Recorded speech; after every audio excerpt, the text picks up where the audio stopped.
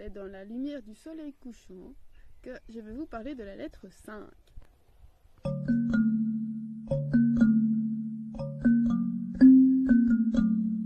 Alors dans la lettre 5, Sénèque répond à Lucidius et il lui apparaît être très motivé pour s'améliorer chaque jour, mais il le met quand même en garde de ne pas en faire de trop.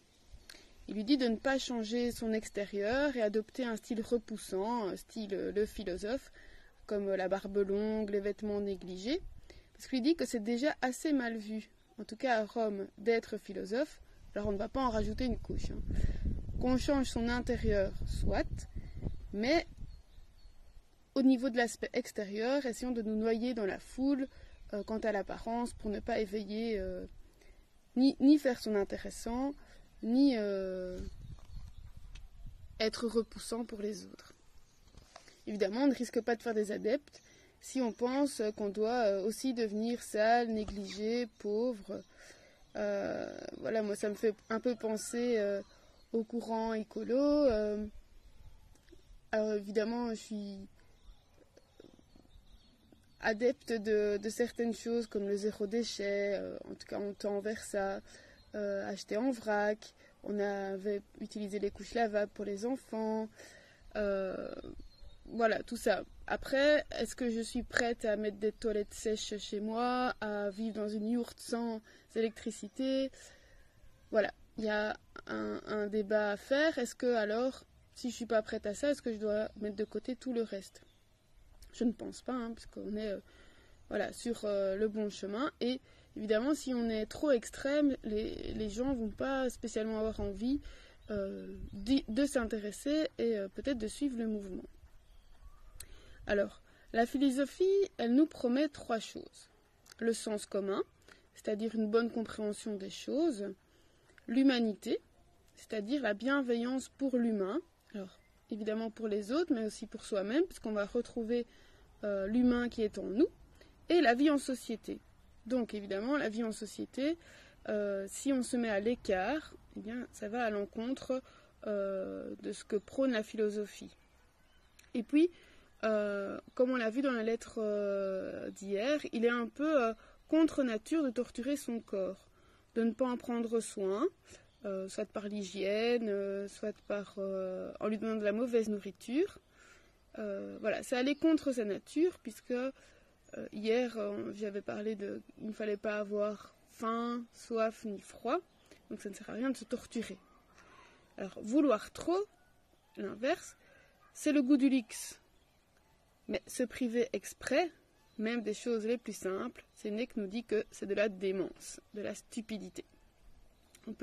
Ça me faisait penser aux cyniques, par exemple avec Diogène, qui vivait dans son tonneau et qui lui s'était vraiment mis à l'écart de tout et qui refusait toute possession, avec l'idée que s'il ne possédait rien, il risquait pas, il n'avait pas peur de perdre ce qu'il ne possédait pas, bien sûr.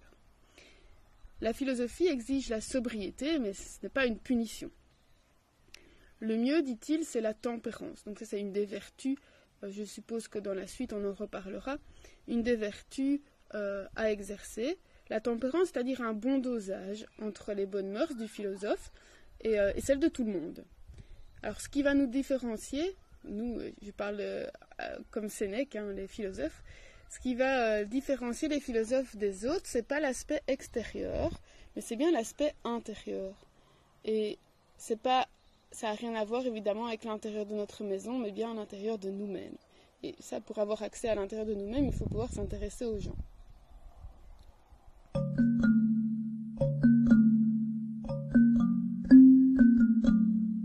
Alors la phrase que j'ai choisie, Nemo et miser tantum praesentium, donc personne n'est malheureux uniquement à cause des choses présentes.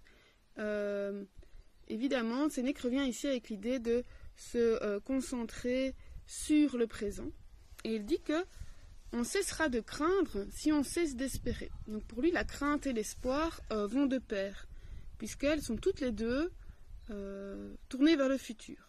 Et en fait, il dit que ce qui est une grande qualité de l'être humain, c'est-à-dire la prévoyance, prévoir le futur, s'adapter et anticiper, finalement, au lieu d'être un bien, est devenu un mal, parce qu'elle nous fait craindre bien que ce qu'on anticipe ou ce qu'on prévoit ne se passe pas exactement comme on l'avait prévu. Et il donne un exemple pour les animaux. Donc les animaux, quand il y a un danger, ils fuient. Donc ils n'anticipent pas spécialement, ils le fuient. Et quand ils ont fui, la crainte est passée, ils n'y pensent plus. Et nous, en fait, on pense avant, pendant et après. Donc voilà, de nouveau, importance de l'instant présent. Évidemment, la prévoyance, l'anticipation est importante, elle fait partie de l'être humain, mais il ne faut pas placer trop d'espoir.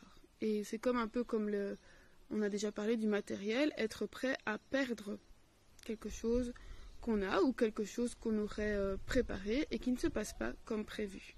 Donc on sait bien qu'il y a des choses qui dépendent de nous et d'autres pas. Donc à nous de prévoir pour que tout se passe bien, mais si ce n'est pas le cas, il faudra l'accepter. À demain, et d'ici là, ou à l'été, portez-vous bien.